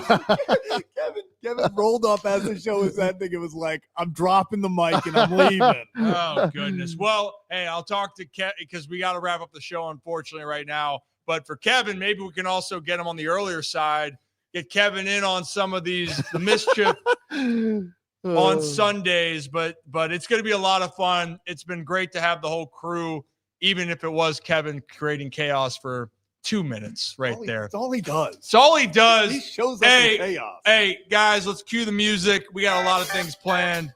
Wow. Damn. Also streaming. Hits keep coming, bud. Hits keep Guys, coming. we are back. We appreciate each and every one of you. Have a day, have a night, have a great stinking weekend. Enjoy football season back. 21-31. I'll see you at the yard on Saturday, and you'll be getting up with us on Sunday right here on the Ryan Ripken Show. He's going to dirt it.